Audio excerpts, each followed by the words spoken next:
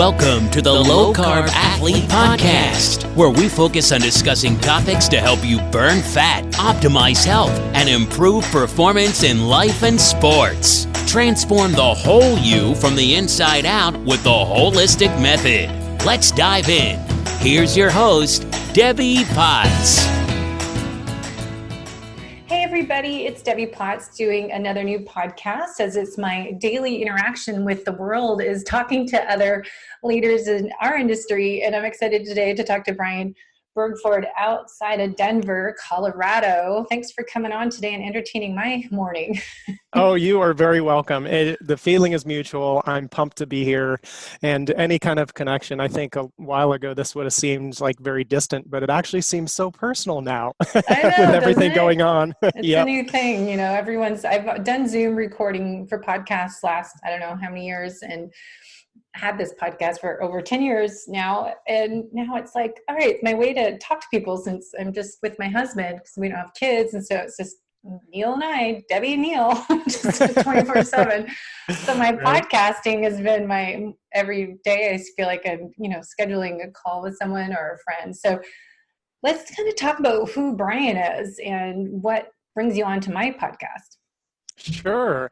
Well, I think looking at it from the athletic and sport nutrition standpoint, so when I was still in high school, I studied a lot and got my, training and certification in personal training, and was just really interested in nutrition and kind of dove into a lot of that literature because I thought wow, bodybuilding is really cool. And that was sort of the initial draw. And it's interesting how we all sort of get initially into certain athletic spaces, and I hadn't even thought about that until just now. But so I started looking into training and nutrition and strength training, and just kept going with that. Got my personal training certification. When I went to University of Colorado, I ended up interning with the speed, strength, and conditioning team up there. I loved that because I was working with, in the health club, because I had my training certification, I was working with the general public, which was fine. And I love people, night and day, from the athletes that had batteries included and wanted to be there and had a very, very strong why. That was home for me. And so I really loved working with the football team there. And then I got my degree in psychology.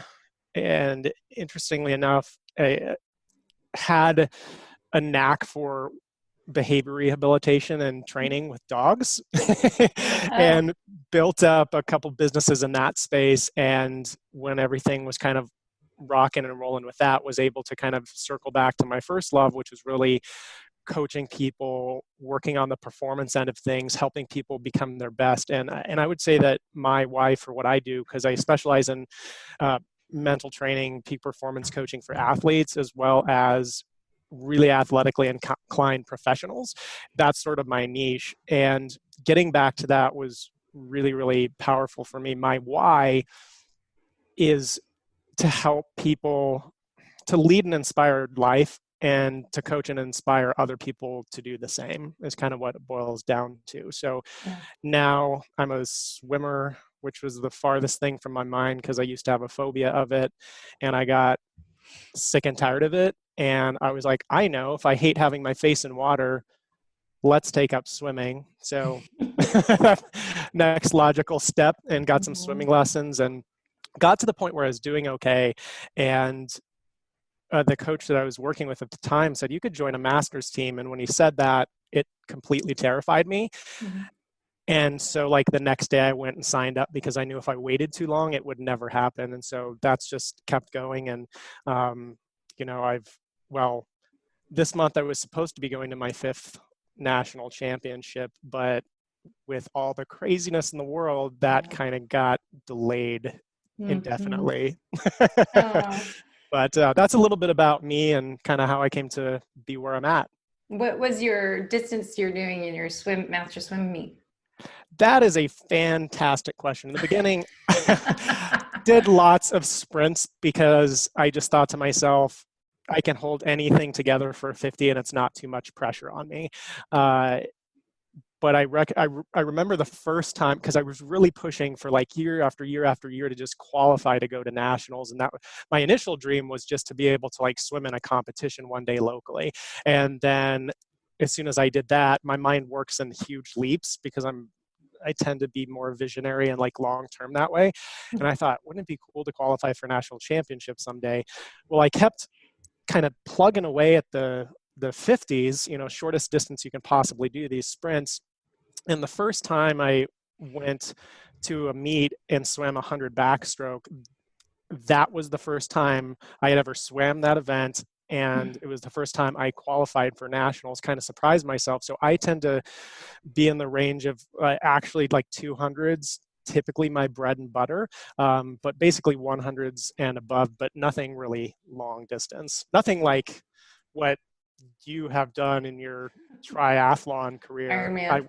I bow down to you for that distance. Yeah, I don't know. I haven't raced for a long time. I was going to start racing again this year, but I guess I'm doing it next year. But I raced 2001 to 2012, and then had to stop in 2013 with my health issues, my breakdown, and right. I found like 2.4 miles. How do you do that? I'm into this 45 minute workouts now. It's like, oh, less is more. There's so much, more bang for your buck. Who needs to do this long stuff? It's crazy what people do in our endurance world. But I know the people I swim with, master swimming at the Bellevue Club, Bellevue, Washington, we're a very competitive master swim program there. Yeah. So I know people have competed in those meets. So that's good for you.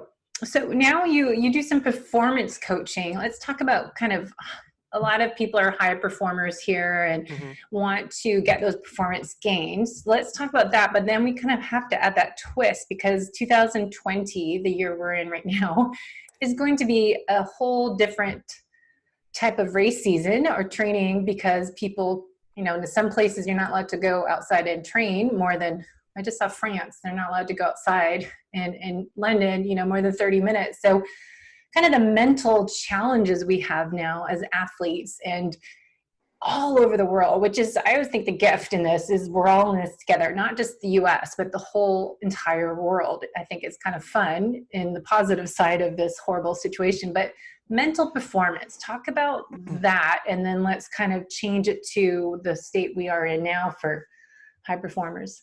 Sure. Well, when you were talking about people only being able to go out for like half an hour, I immediately just thought, I know what type A or triple A personalities as you talk about triple A are going to do. They're like, freaking awesome, man. I'm going out for a half hour run. I'm staying inside for 15, and then I'm going back out, and I'm just over and over and over again. And that was like absolutely what I would do. But it is really interesting being in all of this together, which in again, a sense, you go through a crisis as a group of people, and it does draw you closer together, and the important things start to bubble up and come to the surface. It's not pleasant, we're talking about a moment in history where we've had so many people discuss, over the years, I wish I had more time, and just asking the powers that be. And now they have it, maybe not in the way that they would have envisioned having that come about, but it's just from the mental performance aspect and mental training, when you have an opportunity given to you like that, it's, well, what are you doing with that extra time that you now have? And how are you managing, your state of mind, and keeping on top of the most important disciplines in your life to make sure that you're cared for, and that you can care for the people who depend on you, and that you're not hanging on by the last rung, but you're actually taking this opportunity to build up the parts of you that you wouldn't have otherwise.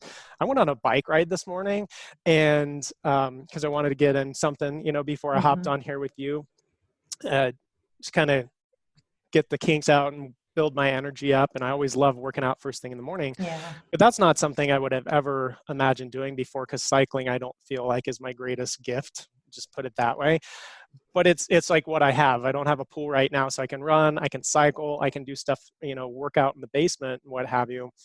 But doing what you can do, and like cycling for me, it's going to build up my legs, it's going to strengthen different areas of my body that I don't exercise them in that way when I'm swimming.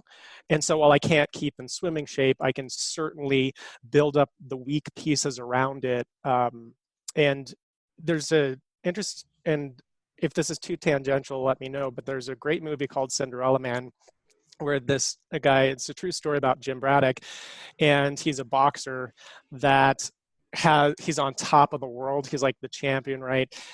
And everything falls apart because the Great Depression hits. Mm. And he, like so many other people, I mean, the economy collapsed. There's just no money coming in. He ends up working out on the docks and, just like scooping up these huge bales and schlepping around really heavy stuff. But he has to use the hand that he always had a strong right hand, but his left hand was never strong. And so he had to use that hand because his right hand got injured, and all that working on the docks day after day, week after week, month after month. When he came back to boxing, all of a sudden he had built up that other side of him, and he was able, the movie's called Cinderella Man, to go from having nothing back to the top of the world. And it's a really, really inspiring movie that I would encourage people, if they have time right now, which they should, if they're inclined to watch a movie and they haven't seen it or they want to watch it again, put it on your list. Yeah. So 2 thoughts. One, I interviewed the sleep doctor, Dr. Bruce, yesterday, and he was telling me a story of talk about AAA athletes. Someone did a marathon in their backyard. They went back and forth for 26.2 miles. I can't even imagine how many times he went back and forth. So that's how desperate people get, I think, to keep up their fitness.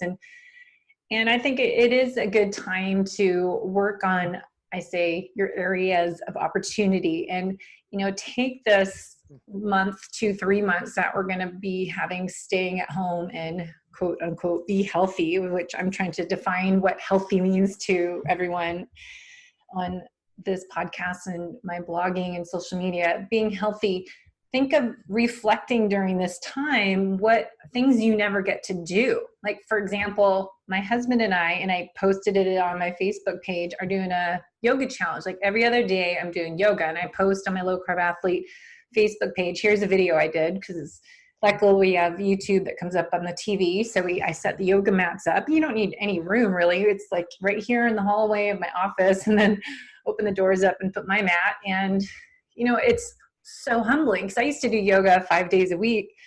And because I made a decision to do less is more in my days and not overschedule myself, that got me into trouble in 2013, doing too much. Now it's like, all right, I'm going to do yoga. It's so hard. I'm totally like this morning doing this flexibility vinyasa flow, and I couldn't even do something, and I can't sit cross-legged, and my hips are so tight. So I'm like, you know what? This is a gift. In the next month or 2, I am working on my yoga flexibility and going to, you're saying with that man in the movie, that I feel like my running and my biking should improve. I'm sure it will improve, because I realized how imbalanced I am, and my right quad's so tight, my left foot, ankle, calf, and it's just great time to work on those little things that you don't take enough time to do. Yeah. I love that you use the term areas of opportunity. That's a great way to put it, and a great way to frame it, because sometimes it really takes things kind of crumbling around us to a certain degree to kind of shake up our routine, for us to really have to look at and evaluate, like, hey, what am I doing here? And where are my areas of opportunity for continued development? And what have I maybe been neglecting or not noticed? Yes, totally. Right? Yeah. Using it to create a real keen sense of self-awareness, I think, is a huge, huge thing. And when you do different exercises and different activities, you start to figure out where your body is maybe not performing at the level it could be. And sometimes our sport, because we're so sort of like, not monochromatic, what is it called? Monocular, I guess, in our view and what we're doing, we're so into our one sport that we don't realize the imbalances that can create until everything gets shook up, and we have to go back to just base. All right, I guess here's what I got. I got my home gym in my basement that is wildly lacking in so many things, but I've got to get creative with the exercises I do, which means I'm going to do things I've never done before. So it's a tremendous opportunity. And that's not just putting a spin on it. I mean, that's the truth. There's a quote I wrote down before I came on the podcast with you, because I really loved it. And for whatever reason, I just sensed that maybe it helped somebody, but it's not what you look at that matters. It's what you see. And it's, you're going to take, a lot of people are going to go through this, and depending on their mentality and their state of mind and how much they cultivate that, and like you're doing yoga and paying and cultivating greater self-awareness and really staying on top of that. If you are getting in a rhythm of doing things like meditation early in the morning, or prayer, whatever is empowering for you to make sure your mind's right as you're approaching your day, especially now. Now is not the time to watch more news than ever. I know, especially at nighttime. I tell my husband, we'll turn on BBC because we're finding the British television news is much better than American news. And watch BBC at nighttime. I'm like, I can't watch that and go to bed. Let's not tally up how many people died today and how the virus is, spreading, and all the negative news that comes with it, and the politics. So I find, you have to be disciplined and, optimizing your day and your positive energy, positive vibes by getting rid of the negativity. And that's like, all right, I'm going to choose to watch news in the morning after I've done my workout and started my day on a positive note, deal with reality, and then, go into my day, what my purpose is. But yeah, I think it's finding positivity right now and find, ways to get rid of that negativity and make the best that you can in this horrible situation. Especially just you're so much on the nutrition end, and having listened to your podcast and looked at what you've accomplished both athletically and in terms of what you do in your business, which is really impressive to me. You're looking at how the body responds to what you put in it, and we just the mental diet that we have, a lot of it is self-awareness. So from my standpoint, I don't have a lot of the specialization that you do in the nutrition and all the things you talk about in functional testing and the things that you do with your clients, which I think is fantastic. Thanks. What I figured out a long time ago is that, especially conventional wisdom and things that make sense, and even things there are plenty of scientific studies for nutritionally, that doesn't mean that my body is going to do well with that whatsoever.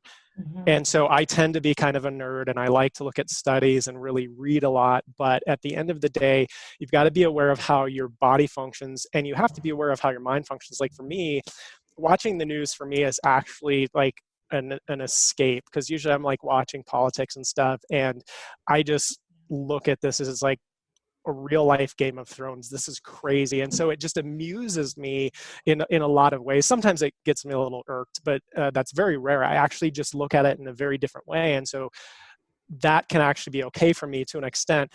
When the COVID stuff started coming on and all the programming was about that, I realized oh my gosh, this is depressing for me. And it's the instant I noticed that, I was I have to scale way back on my consumption of that. And I have to go way up on making sure I'm putting the positivity and staying on top of that stuff. So I agree with you completely, but it's, you've got to know yourself and be honest with yourself about what's going to help you perform at your best, not what you can survive. Sometimes people are this doesn't really bother me. I'm cool.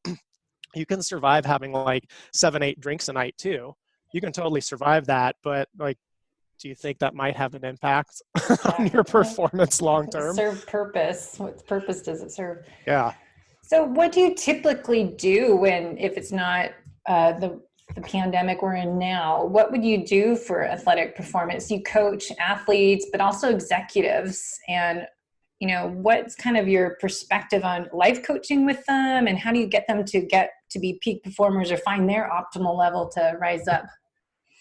Yeah, so I love working with both. Again, like I told you, when I was at the university and working with the football team, I was I love this group of people, right? Because I don't have to get them fired up, right? Yeah, they're fired there. up. I can get people fired up, but at the same time, I don't enjoy pushing a limp noodle. So if the batteries are included, they have what it takes, they've got the fire in the belly, so to speak.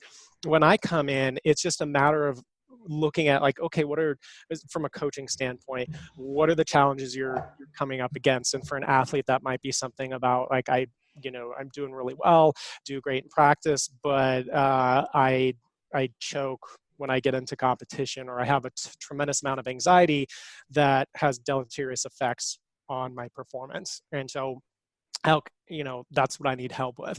And with an executive, it might be something like I'm just overstretched. I'm just totally overstretched. And I feel like things are just falling off the edges of my plate, and I'm not performing at the level I know I'm capable, and I'm just experiencing a lot of fatigue, which sometimes that might be almost a chronic thing, right? Where they need to go see a specialist or somebody like you from the nutrition end to also support that piece of it. But regardless of who's coming in, I'm trying to look at, all right, here's what you're bringing forward to me and presenting as what you'd like to do to benefit your performance in this particular area. What I'm interested in is like, why is that important, and why is that really happening? Mm-hmm. Not why do you think it's happening? Why is it really happening? Because if we can get to the root of that and start to put some things in play, it's going to affect a lot of other areas of your life and this thing as well by a byproduct, like why you're choking in, you're an athlete that chokes when they get on when it's game day, right? And a lot of times that can be things related to even stuff from that's going on in their family life right now, or back to when they were children, and beliefs that they picked up about what winning means and what true performance is really all about. And so I want to explore some of that, find out what are the kind of belief systems and the identity systems and the values beneath that are driving somebody to maybe have those challenges, as opposed to giving them a quick technique that might tweak it in the moment, but then there's still this underlying problem that they basically chronically have to deal with. So I like to take an integrative approach, if you want to think of it that way, and sort of treat the whole person and the psychology and just supercharge it for people. That's what, similar to me focusing on being a health detective and looking at, I was thinking of an onion, and you have to peel the layers of onion off because we got to get to the root causes. And in nutrition and building people's health up comes from the inside out. And there's never one thing, because the body works like an orchestra. All the different musicians, the players need to be synchronized to get everything to work right. So we can't just treat one thing. We have to work on everything and work on, as you're saying, what I always say is work on the whole person, the whole you from the inside out, to get everything running at optimal level. But you're working from the mental side of it, is what's driving you, what's your why, what's your purpose, and getting to understand that person. Because I have to do that a lot with, health coaching and figuring out people's relationship with food, or, getting them to follow a consistent exercise schedule or sleep schedule, and finding their why, like why you have to have wine every night to wind down, and, that kind of stuff. But, you have more of the psychology background. So what are some things you learned that are, a lot of struggles for people that they can perhaps relate to?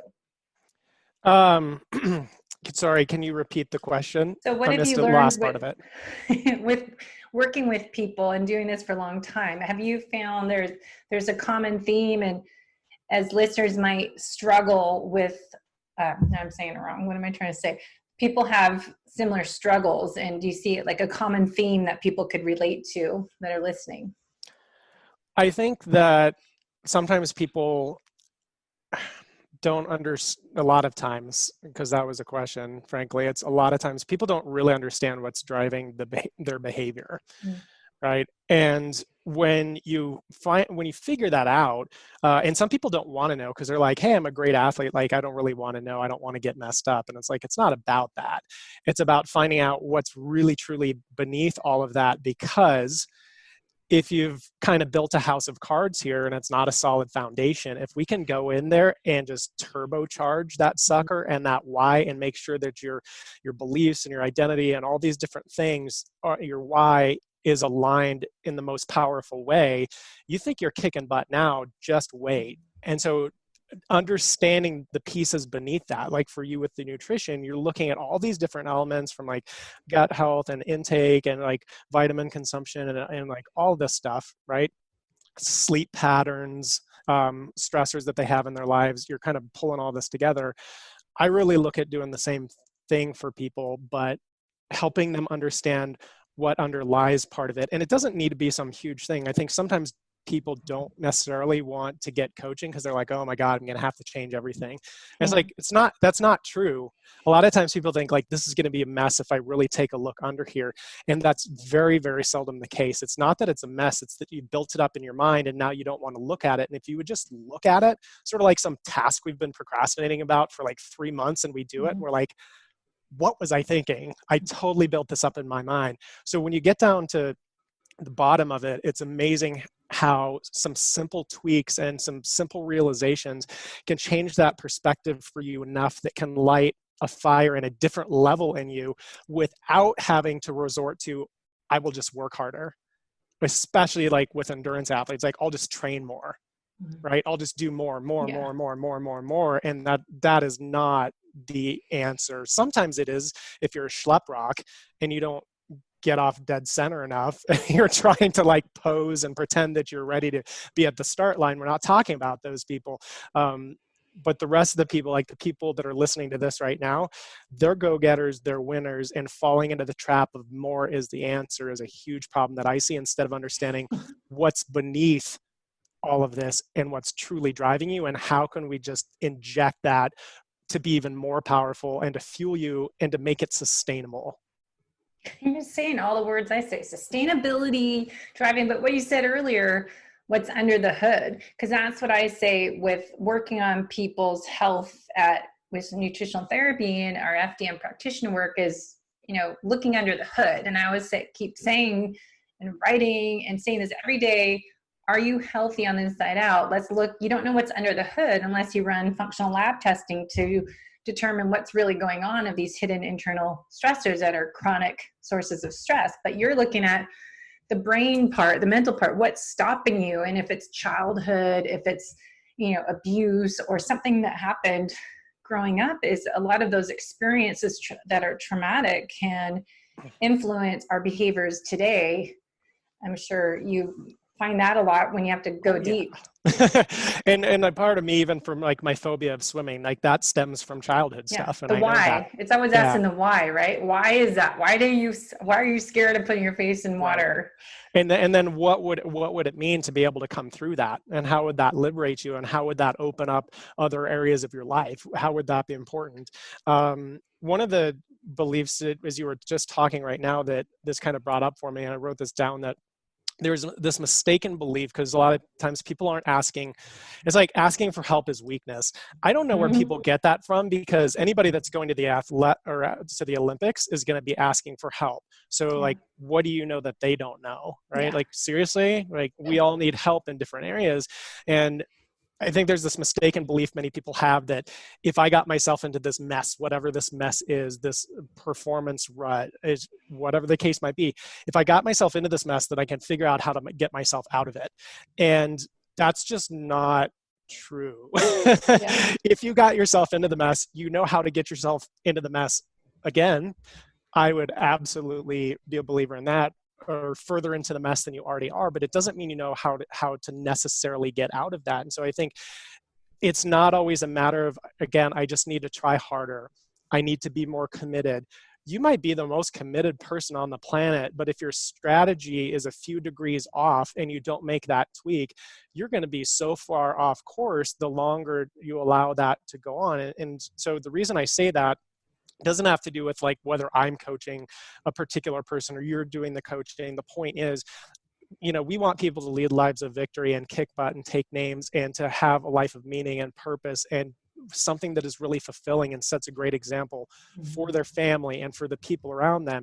And in order to do that, we have to really look at, where are the areas where I just need to like go get some additional support. And sometimes it's one relationship away from making a shift that's going to totally change everything for you. So don't blow it up into this thing that's bigger than it is.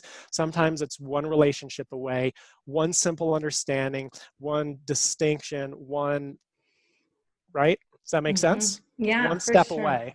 Yeah. And I think it's getting people, it's like me with health coaching right now. It's getting people to realize that like you said, it's okay to ask for help. We should be getting help. You know, I have a coach. Even in triathlons, I knew I was coaching others and I was certified and experienced, but I still had a coach. Mark Allen, I would still hire him this year just because I like having someone to talk to and review my workouts and, you know, see things that I might not see. And I think that's why you need a mental performance coach, a health coach, you know, help people figure out their why. If you want to get better, if you want to optimize your health, your performance, longevity, I think it is, you know, digging in deep and making that okay to do. You know, I would say that just because you're asking for help or you're slowing down or you're not busy nonstop doesn't mean you're a failure. And I think when you ask for help, some people that are such high overachievers, type A to AAA personality, we don't want to ask for help. And you think you're a failure if you do, because we think we're superheroes. Superheroes that have to go. And the other part of it, to the extent that being a great leader is important to you, you know, and me, it comes down to, if you're go and you're like the fastest person out there, you're rarely really leading a team and taking the time to slow down enough to look at the broader perspective and like, what can I do to support my teammates, to the people that I'm coaching, to the folks that are around me. If I'm just focused on me go and accomplish as much as I can, and I've been guilty of this, and you know, like anything that comes across as being witty and wise from me, you can rest assured it's because I've screwed it up so bad in the past that because I love that you said that. I had a similar thing about a year and a half where it just in business, I was like, I've got to slow down and stop overscheduling myself. And luckily I caught that before something catastrophic happened. Sometimes something catastrophic has to happen. And again, like the times we're in now, oh my gosh, everything's an upheaval. So it becomes very easy to reflect. And if we can learn to catch ourselves early in that process, we don't have to wait till you have a nervous breakdown until you blow out your adrenals or you blow up your relationship at home. You can be out in the forefront of it. And for me, it was recognizing when I slowed everything down, when I didn't have a schedule that was completely cramped. Yeah. It was a beautiful thing because I was able to connect with people and team members, staff members at a different level and support them in ways that I didn't realize before I had been neglecting. And when I injected that into those people at a higher level, it was amazing the difference in results I got, which I never could have gotten even as type AAA as I might be, that I never would have gotten that level of results from myself working 24 hours a day. But when we really, really value people and slow down long enough to recognize I need to clear my calendar, to have some time to think, to take care of myself. I hate the oxygen mask like metaphor because it's so overused, but right, like people are familiar with that. True. When I get that in place and start focusing some time on others and it's not, I'm rushing to a meeting time. It's I can be really thoughtful and connect with you and show you that I love and care about you. And it's not, you're not just like a number to me, right? You're a teammate and I want to do anything I can to support and mentor you to get what you want. Night and day difference, boys and girls.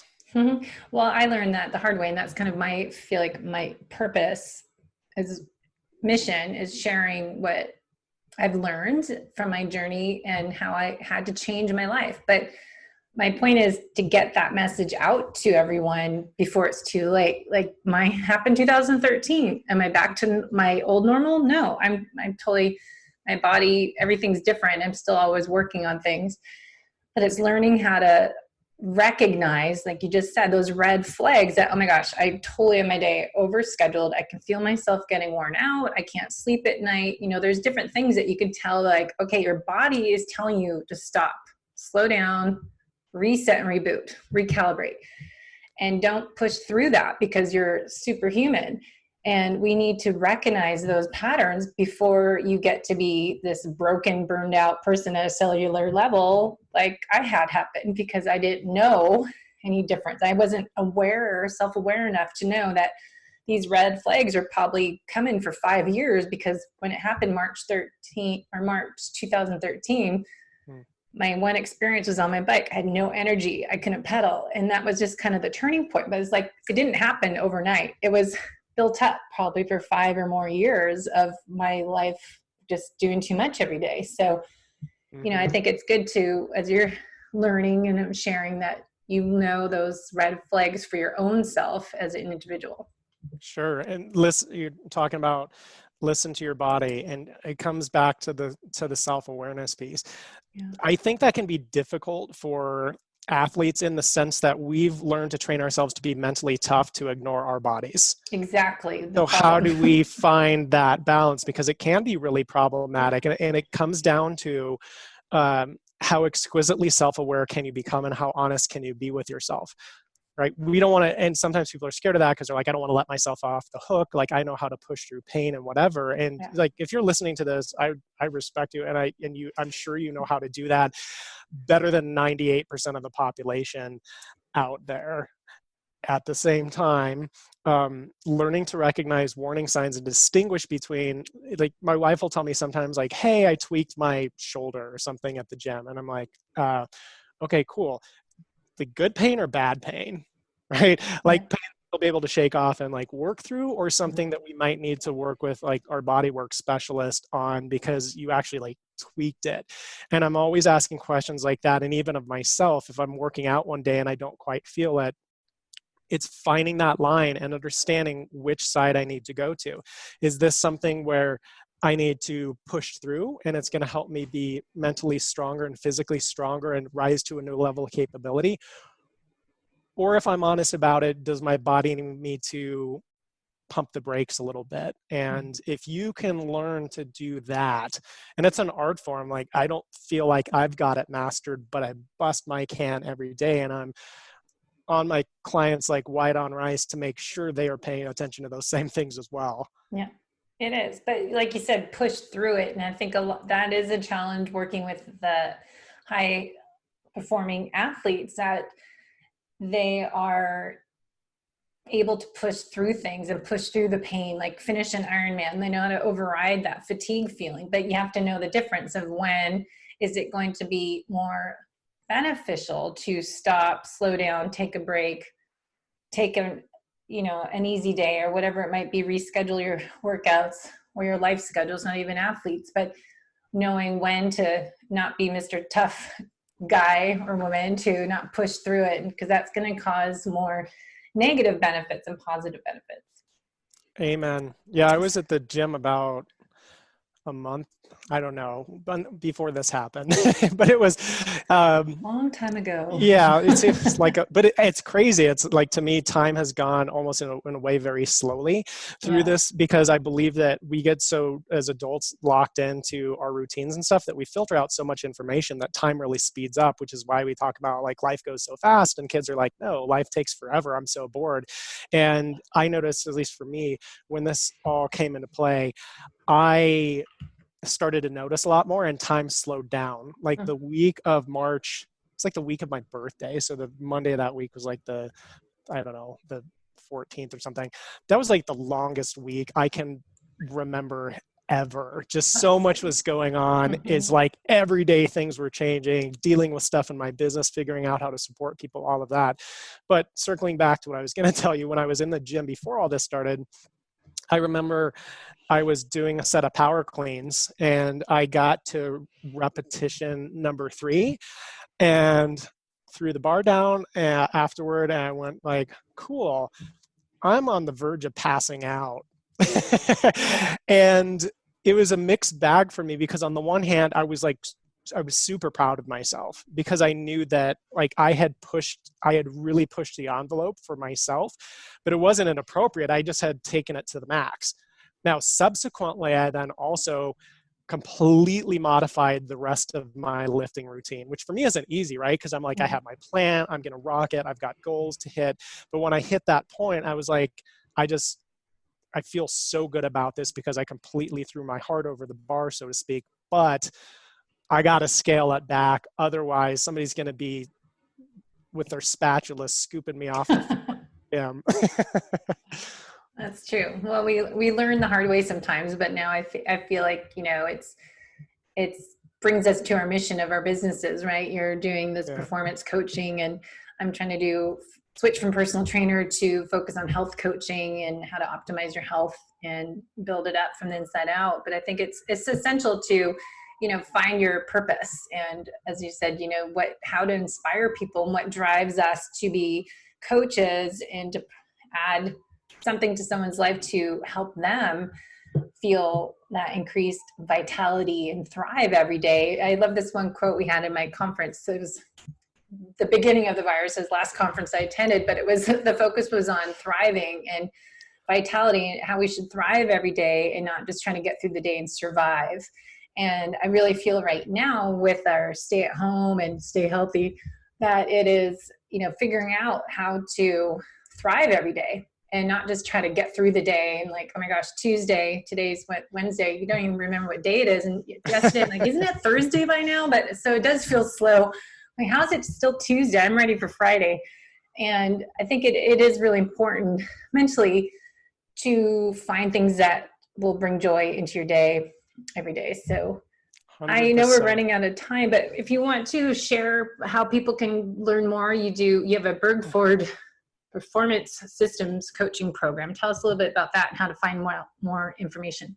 Absolutely. Yeah, I'll give you some links. And if people actually, when you were talking about thriving, I just recently released the first sort of free resource in a series, and I'll get you the link so you can include it in the show notes if you feel like it'd be helpful. Yeah.